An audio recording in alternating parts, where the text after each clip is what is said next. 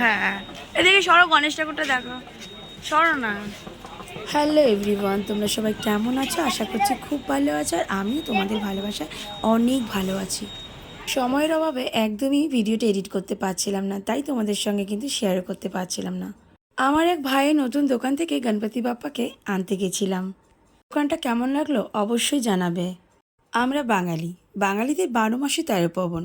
আমাদের কিন্তু সব পুজোই লেগে থাকে, আর সব পুজোতেই আমরা খুব উৎসাহ করেই করি। আর যেহেতু আমাদের বাড়িতে মন্দির আছে, তাই আমাদের বাড়িতে সব পুজোই হয়। এটা ছিল আগের বাড়ির গণেশ ঠাকুরের পুজো, তাই তোমাদের সঙ্গে এটা শেয়ার করলাম। ভগবান চাইলেই কিন্তু তোমার বাড়িতে পা রাখবেন, আর সেটা যে করেই হোক তোমরা আটকাতে পারবে না।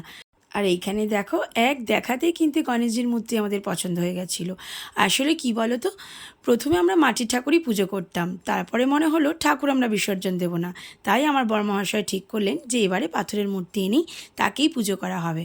আর ওইখানে দেখো শাশুড়ি মা যতক্ষণে ভোগ চাপালেন ততক্ষণে কিন্তু আমি পুজোর জায়গাটা গুছিয়ে নিলাম।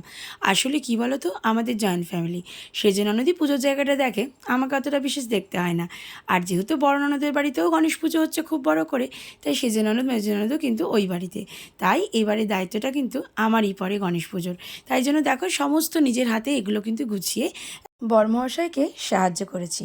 আর ওখানে দেখো বাইরে অজর ধরা বৃষ্টি, তবু আমাদের বাঙালিদের মনে কিন্তু একটাই প্রশ্ন জাগে, এবারের পুজোয় কী যে নেব, কী শাড়ি পরবো, কী যে হবে, তাই তো। তো চলো, মা দুর্গা যেভাবে হোক আসবে, যতই বৃষ্টি হোক যতই বন্যা হোক, কিন্তু পুজো আমাদের রুখতে পারবে না। আমরা বাঙালি, বৃষ্টির কথা মনে হলেই খিচুড়িটাই কিন্তু আগে চাপে। আমরা বাঙালি, বরের সাথে দুম দরাক্কা ঝগড়া করেও কিন্তু থাকতে না পারা আমরা সেই। তো চলো, তারপরেই দেখো এখানে কিন্তু ভোগ প্রসাদ কিন্তু অলরেডি হয়ে গেছে। এখানে ছোটো ননদ একটু আরতি করছে। আর ওখানে দেখো অদ্রিকের স্কুলের বন্ধু আর বন্ধুর মারা এসেছিলো, আর ওখানে ছোটো ননদ তাদেরকে প্রসাদ বেড়ে দেওয়া হচ্ছে।